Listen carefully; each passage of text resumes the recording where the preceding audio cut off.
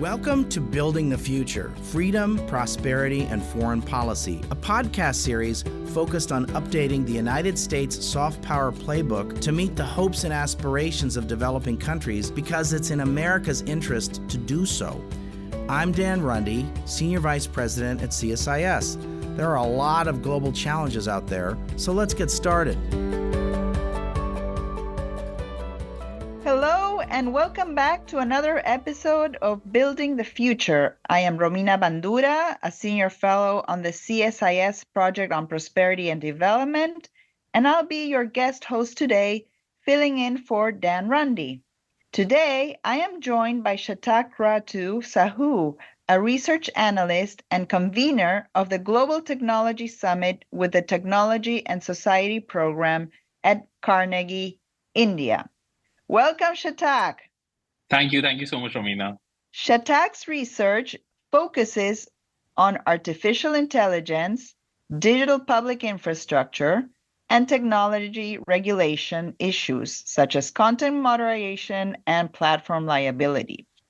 He's also interested in how technology plays a role in geostrategic competition and the larger world order.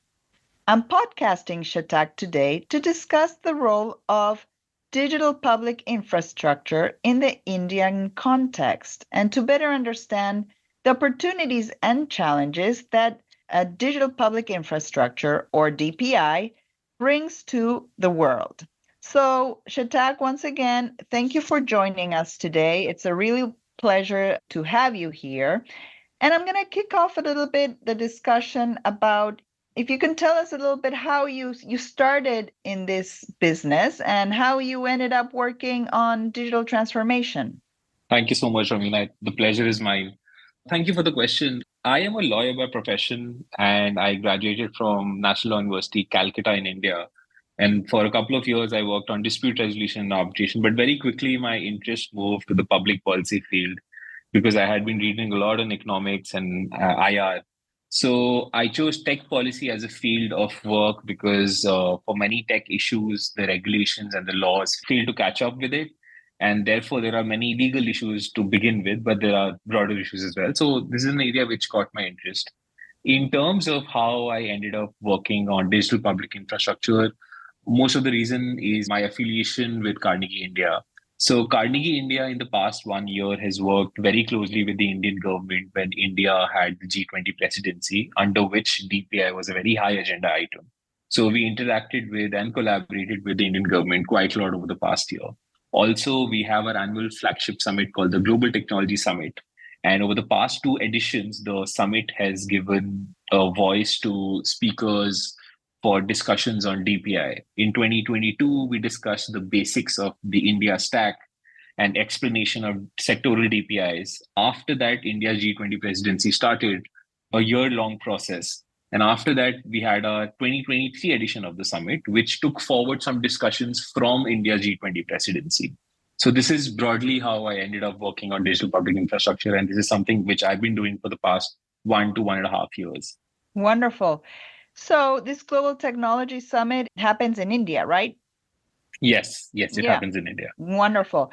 And as you know, India has been a leader on IT and digital transformation for some years now. You have, a very strong IT workforce. And as you mentioned, the government has launched many initiatives and policies and institutions to enhance, I would say, not only digital transformation, but also focused on financial inclusion, including, a comprehensive ID system. And, all these initiatives have been packaged on this term that, we've been talking about, digital public infrastructure. So, the digital ecosystem has, I would say, maybe 3 layers. You have the connectivity layer, so the internet, energy, etc. Then you have this digital public infrastructure or DPI level or layer. And then you have, like an applications layer in the ecosystem. Now, can you explain a little bit to a layperson, let's say to your parents, what DPI is and why is it so important? Thank you, Romina. That's a very critical question because the world has taken up so much work on DPI. To my parents, my answer would be probably in 3 points. The first one would be that, put simply, DPI is for welfare. For any welfare goals, DPI can be the answer. That has been India's approach and that has been India's achievement. That's point number one. Point number two is that who provides the DPIs? It's a collaborative effort by the government, the private sector, and of course, the civil society also plugs in. The third and the last point for a simple explanation would be the most important one. And it's a very common and a very popular metaphor for DPI is that DPIs are digital rails or digital highways on top of which you can build context specific solutions. That may sound a little bit technical, but that's what enables context driven specific solutions for education, for ID credentialing, for payments. So we can think of it as digital rails or digital highways on top of which you build your solution going forward, not knowing what problems the world will throw at your country. Right. And I think one example to bring, the conversation down to earth was during COVID. India already had this infrastructure in place, and the government was able to make social safety net payments and others because they already had built this infrastructure. Other countries, struggled because they didn't have, good ID systems. They didn't have a digital payment system, data. So that's another example where DPI has been very instrumental. Now, what do you think stands out about India's approach or what is called the Indian stack versus other countries? Sure. In terms of approach, we can look at the most successful DPIs by India very briefly. So we talk about Aadhaar, the ID system. Right now, 99% of the adult population of India has Aadhaar. Mm-hmm. In terms of the payment systems, the UPI, Unified Payments Interface System of India, it started in 2016. And as of now, on a monthly basis, the transaction value is around 19.5 trillion rupees, Indian national rupees. And the monthly number of transactions which happen are close to 13 billion. So that's where we arrive with in terms of ID and payments. But in terms of how it differs from other countries and in terms of how you define the DPI approach, I would say India's DPI approach is a way of thinking. And it has been proposed by leading technologists and socialized over the past 1 year. So this is not a novel idea. I am borrowing from leading technologists from India. DPI is a way of thinking because you think of building digital blocks akin to, let's say, Lego blocks, which could solve for future problems, which you haven't seen yet. You mentioned financial inclusion. India's success story with financial inclusion is that in around 2011, we started with ID systems of Aadhaar. That was coupled with an increase of mobile data in the Indian population. That again coupled with eKYC system, electronic know your customer systems. The population of India, which had access to formal banking, increased from about 20-25% in the year 2014-15 to about 75% to 80% in the next 6 years. There's a very famous paper by the Bank of International Settlements in 2020, which states that India did in 6 years what it could have taken it without DPIs in 47 years. So that's the approach. So you can think of Aadhaar and eKYC as the digital building blocks. And now going forward, India is looking into more advanced DPIs, such as the Open Network for Digital Commerce, which seeks to democratize e-commerce. And it is doing something with education through the DPI of Diksha. So in a nutshell, the approach is a way of thinking to solve for future problems. And how it stands out from other countries is that India's DPI is very holistic. It has ID in place, it has payments in place, it has data exchanges in place, and it solves for scale and diversity. Right. But one of the differences I would say, is that everybody was a little bit not forced, but they had to open like a bank account, right? And other countries, in Africa, for example, use more of like a mobile wallet. So can you approach DPI with different types of banking systems and digital payment systems? Can you really do DPI without having good broadband access? And I want to also talk a little bit about the risks? Because you mentioned data exchanges, but I know that India had a lot of problems in the past with data breaches. And how has that been addressed? And how has that impacted the trust on DPI in India? So can you a little bit unpack the difference between, let's say, the approach that India takes versus, can that be applied to Africa? That's my first question. And second, can you talk a little bit about the risks and what are some other building blocks that you need to really make use of digital public infrastructure? Sure. Sure. I mean, that's a very excellent question. It's slightly complex. So in terms of if Africa can adopt India's DPI approach, the answer is absolute yes. It does not necessarily need to follow each and every step which India took to achieve its goals for welfare. Right. In terms of banking, I think when India's percentage of banking went up, the goal was to include as much of the population in rural areas, in tier 2, tier 3 cities, into the formal economy.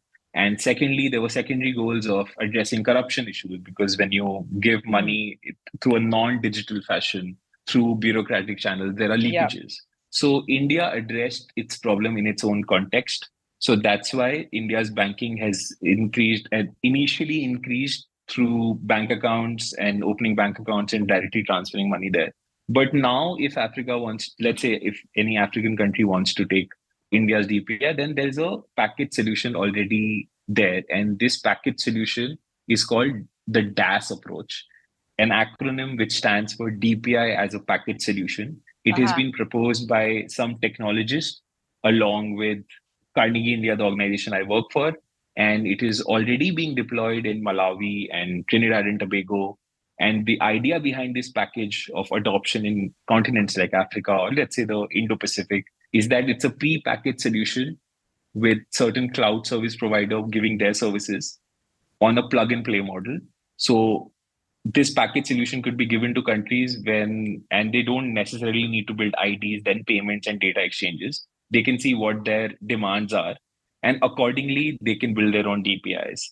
That will depend, it'll be context specific as to the country which is adopting the DPI, and it will take some time. It will take some time for them to adopt it. And as I said earlier, it depends on their context and their demands. I would just like to circle back to my answer on context-driven approaches by India. Aadhaar initially was mandatory, but after a few years of being mandatory, the Indian Supreme Court struck down the requirement for Aadhaar being mandatory.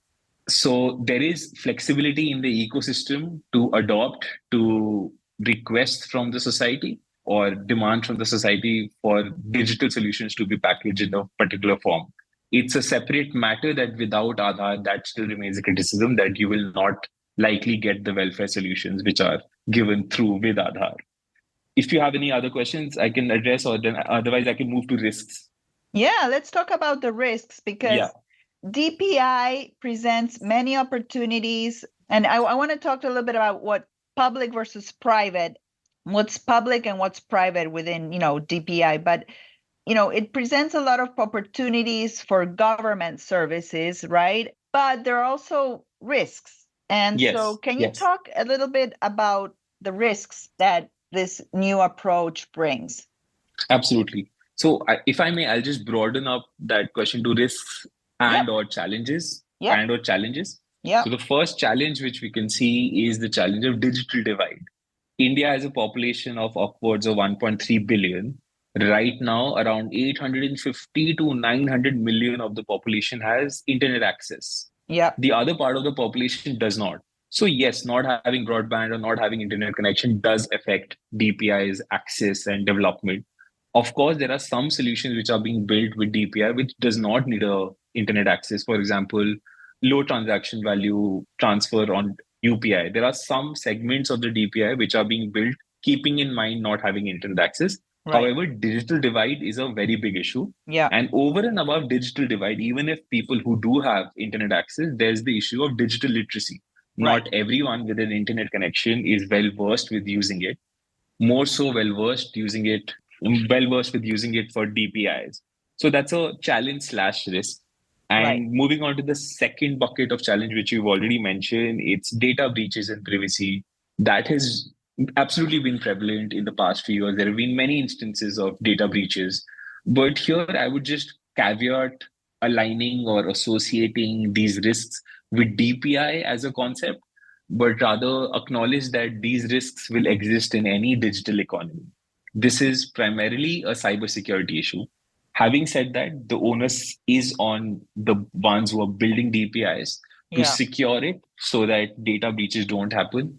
India is a developing country. It has capacity constraints, so it does face challenges with cybersecurity generally. We can just move on to the positive aspects of these challenges to how the government has approached it is that last year we passed the Personal Data Protection Bill, which is an act now. So going forward, we do expect a clear delineation, a clear demarcation of rights and liabilities with respect to data protection in terms of holding those who are part of data breaches, who are enforcing data breaches to be held accountable. That's something which has been done. And secondly, the technologists are continuously working on having DPI as a techno-legal approach. What it means that rather than waiting for a regulation to come in to have safeguards for a digital solution, you hardcode technology within DPI. For example, DPI is being designed to have privacy by design. So in DPIs of Aadhaar, data is stored in a federated manner. It's not centralized. So that's one way the Indian government is looking at addressing the challenge of data breaches. But having said that, yes, data breaches and privacy concerns exist, and going forward, it is the onus of DPI builders to address it. However, when you are giving away social services, it's always a trade-off. At times, it is very important to deliver those services with some risks. The hope is that going forward, the trade-off is a better one. It's not a stark one. Right. Right. So you mentioned, DPI builders and these blocks. Does DPI per se have to be built by governments? Is there a role for the private sector? Can you unpack a little bit that? I read recently a Harvard Business Review article, and the gentleman that wrote it, escapes the name, but he said it shouldn't be called DPI, but really digital public-private infrastructure. So maybe DPPI. So can you tell us a little bit about the role of the governments versus the role of private sector? Or you mentioned at the beginning NGOs. I know India has these organizations, MOSIP, Mojaloop. So I know it's a lot, but can you unpack a little bit other actors in the system? Sure, Romina. I have read that article. It's by Bhaskar Chakravarti. Thank you. Was Thank you. I will probably not pronounce his name correctly. No worries. No worries. I've read his article. It's an insightful one. But the only thing is that DPIs, by definition, don't mean that they have to be built by the government. The Aadhaar ID systems was, of course, built by the government, but subsequently there has been a substantial and in some cases equal participation by the private sector. If we take a step back, the DPI approach of thinking building blocks for solving for future solutions is that you combine the best of both worlds. The government has authority, the government has experience, but the private sector has agility, it has competition, it has innovation. So that comes together. And here we can use the example of UPI. So UPI is a payments network DPI, but the private sector participates on it actively. And there are many private sector players who are built on top of UPI. There are specific applications which are used from mobile to mobile to transfer money. And going forward, if we take the example of Open Network for Digital Commerce, which seeks to democratize e-commerce, many private sector players are adding on and they're building alongside the government for the DPI. And ultimately, it will be the private sector which will be omnipresent on that platform. So the broader point is that it as such is not built by the government itself.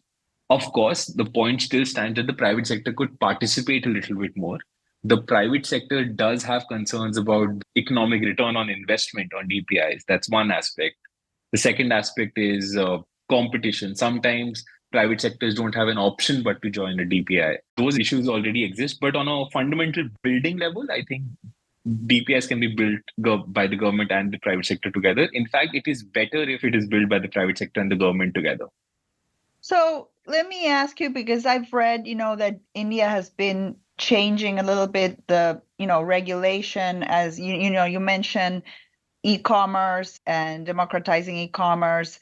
So I read that the central bank has limited some of the payments, such as Visa and MasterCard. So is there a risk of stifling competition within digital payments? What is your view? Romina, honestly, I'm not aware of the specific regulation you're referring to. However, I am aware that when the DPI for payments took off, there was this pushback or apprehension by the private sector payment companies, especially from the West. But having said that, yes, DPIs can result in an anti-competitive consequence, but that is not the intention of DPI. Okay. For Yeah. example, the UPI payment system, right now, the market capture of about 80-85% is by two companies only, if you do a stat analysis. And the other 10-15% is by some 10 to 15 other companies. And that is an issue which has been mentioned again and again. And NPCI, the governing authority, is trying to fix that.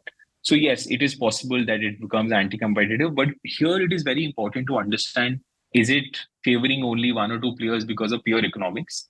Or is it Right. favoring a couple of companies because of how the DPI is designed? The DPI, frankly, is never designed to be anti-competitive. If anything, it's designed to be competitive.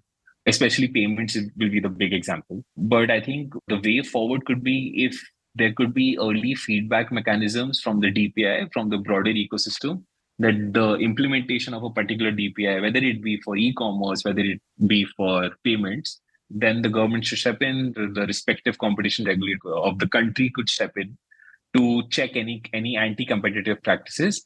But I would just end by just doubling down on that statement that DPI is not designed to be anti-competitive. If anything, it's designed to promote innovation from the private sector and have a competitive nature.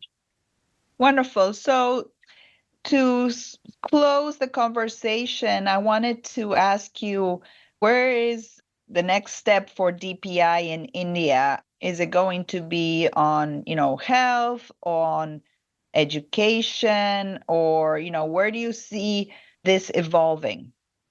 Romina, I think DPI is evolving in almost every critical sector in India. We do have our own health stack. We have Ayushman Bharat digital mission. We are trying to build our own agri stack. And point being, participants from different sectors can participate in one DPI as well. So the e-commerce platform, ONDC, that can be participated by participants from the health sector, from the agri sector. And those sectors specifically are also building their own stacks. You mentioned education, for example. Mm-hmm. So Diksha is a digital platform in India. So what basically it does is that there are QR codes on a lot of thousands and thousands of textbooks, which students can access from their mobile phones to tap into learning lessons, which are also powered by AI now, to increase not only the access of education, but also increase learning modules in a very creative fashion. So that is already being done.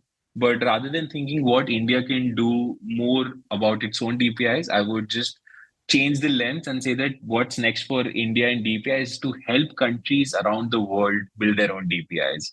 It is a stated target that India wants to help 50 countries in the next 5 years. By 2029, India wants to help 50 countries to build their own DPIs. And the DAS model, which I mentioned earlier, that's one of the starting points where different countries can plug and play into this particular DPI model and build their own specific use cases. And last year, India had signed about 8 to 9 MOUs with different countries from around the world, mostly from Africa and from the Indo-Pacific. So for India, I think it is not beating drums, but it has done great with its own DPIs. There's a certain level of confidence in DPIs. For example, as you mentioned in the beginning of this podcast, when the pandemic hit, not only did we do direct benefit transfers to those in need, but we managed our vaccine system pretty well through the CoWIN platform. Yeah. So there's a certain level of confidence in India that if any untoward situation arises, we'll be able to handle it with our digitization. That's one. There, we will continue to work on health, agriculture, and education as we are currently doing. But the broader goal is to take it out to the world. So that is the broader goal, because India has for a very long time been a tech taker from the world, but DPI is the ultimate solution with which India becomes a tech giver. Mm-hmm. Wonderful. Well, thank you for everybody listening today to our podcast. I want to thank our guest, Shatakratu Sahu from Carnegie India. This has been a very interesting and educational conversation. And so thank you, Shatak, and I hope everybody has a great day. Thank you, Romina. Thank you so much for having me. The pleasure is mine. If you enjoyed this podcast, check out our larger suite of CSIS podcasts. From Into Africa, The Asia Chessboard, China Power, AIDS 2020, The Trade Guys, Smart Women, Smart Power, and more. You can listen to them all on major streaming platforms like iTunes and Spotify. Visit csis.org/podcasts to see our full catalog